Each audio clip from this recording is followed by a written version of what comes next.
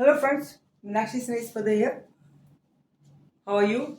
Welcome to my channel, Keeping in Touch with Maths and Meenakshi. I am here for competitive point of view. आज मैं कोई NCERT की book का कोई proof question नहीं लेके आई हूँ, कोई एक्सरसाइज नहीं लेके आई हूँ। आज मैं सिर्फ आपकी आईक्यू चेक करने वाले क्वेश्चन लेके आई हूँ। मैं अधिकतर ज्योमेट्री से रिलेटेड क्वेश्चन कॉम्पिटेटिव टाइप के लेके आती हूँ। अभी मैंने पिछले वीडियो में एक एल्जेब्रा से रिलेटेड भी कॉम्पिटेटिव क्वेश्चन दिया था। इस क्वेश्चन को सुनिए, फिर अच्छे अच्छे क्वेश्चन बताती हूँ। क्वेश्चन इस तरह का है, एक स्क्वायर है, दिस नॉट स्क्वायर, रेक्टेंगल है, रेक्टेंगल में एक पॉइंट बीच में ई ले रखा है, उससे इसके ऊपर परपेंडिकुलर डाला हुआ है। A B C D is a rectangle, a point is inside the rectangle ई।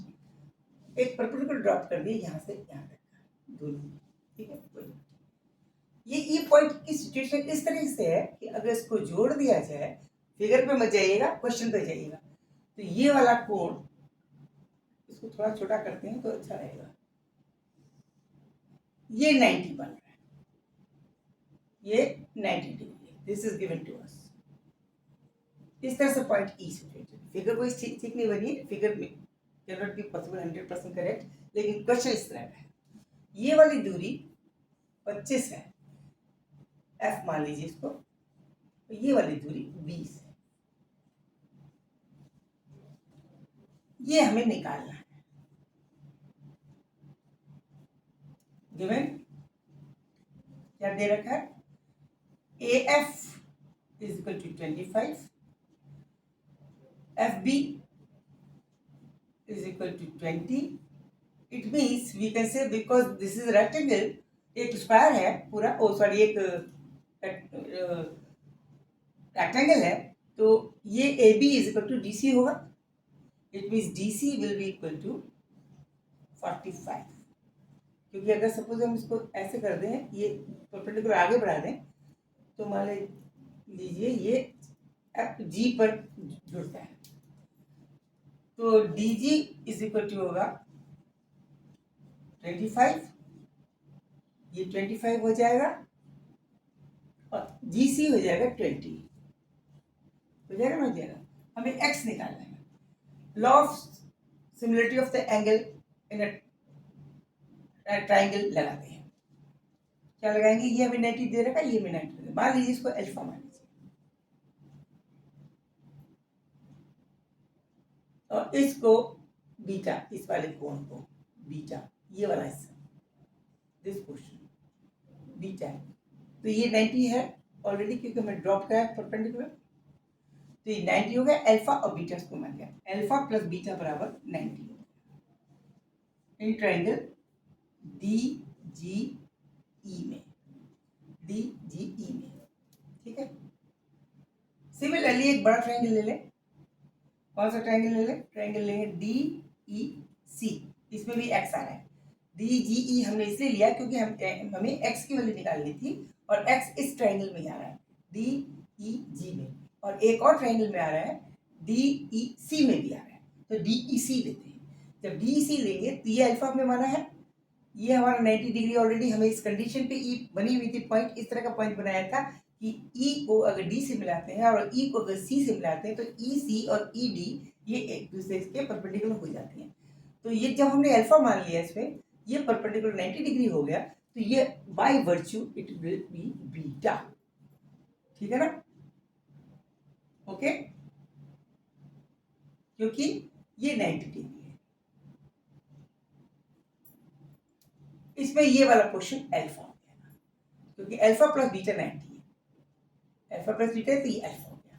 अब हम अल्फा एंगल से कंपेयर करेंगे सबको, किस किस को करते हैं, जिसमें उस ट्रायंगल लेंगे जिसमें एक्स हो। कौन कौन से ट्रायंगल में एक्स है, डी सी और डी जी ई,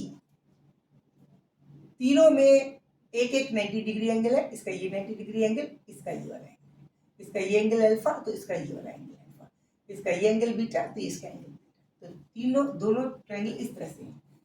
मैं फिगर अलग से बना दे रही हूँ, ये चीज़ है, ये डी पॉइंट है, ये जी पॉइंट है, ये हमारा 25 है, और ये एक्स पॉइंट है, ये एंगल हमने अल्फा माना था, ये 90 हो गया है, परपेंडिकुलर डाला है, तो ये बीटा हो गया।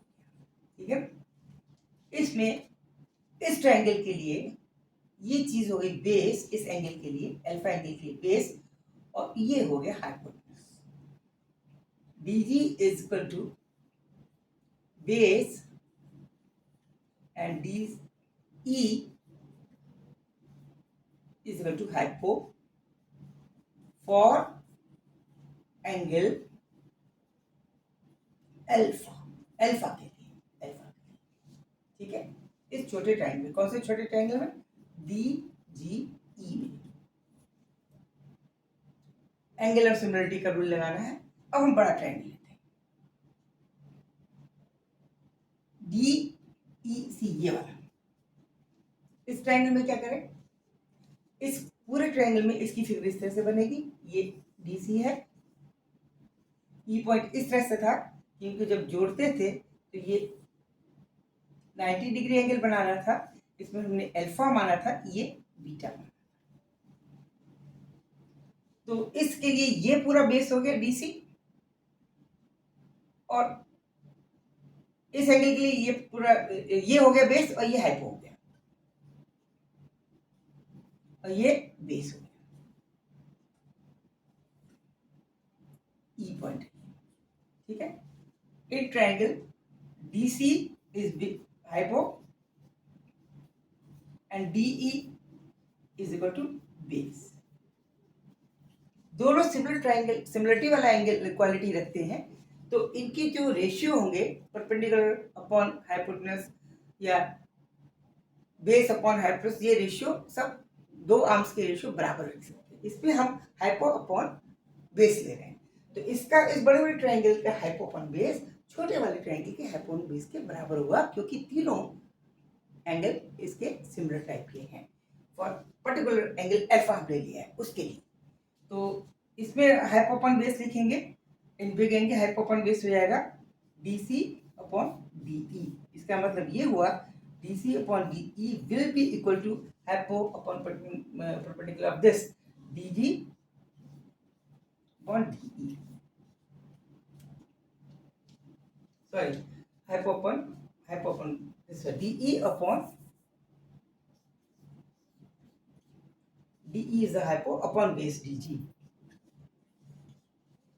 and dE is equal to what, dE is equal to x, it means dc क्या है, dc is equal to 25 plus 40, 25 plus 20 upon dE क्या है, dE is x, this will be equal to, फिर से dE is equal to x upon dg, dg क्या है 25।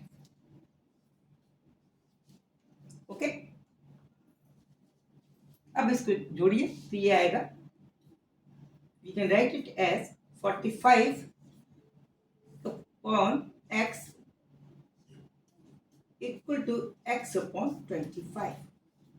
Okay, it means x square is equal to 45 into 25. It means x will be equal to 9 into 9, 9 5 are 45 into 5 into 5 root, that is इसका हो गया 3, इसका हो गया 5 into root 5. This will be the answer. 15 root 5 is the answer. Very nice question. ठीक, enjoy कीजिए, keep in touch with me, subscribe करना ना भूलें। Okay, thank you, see you, bye.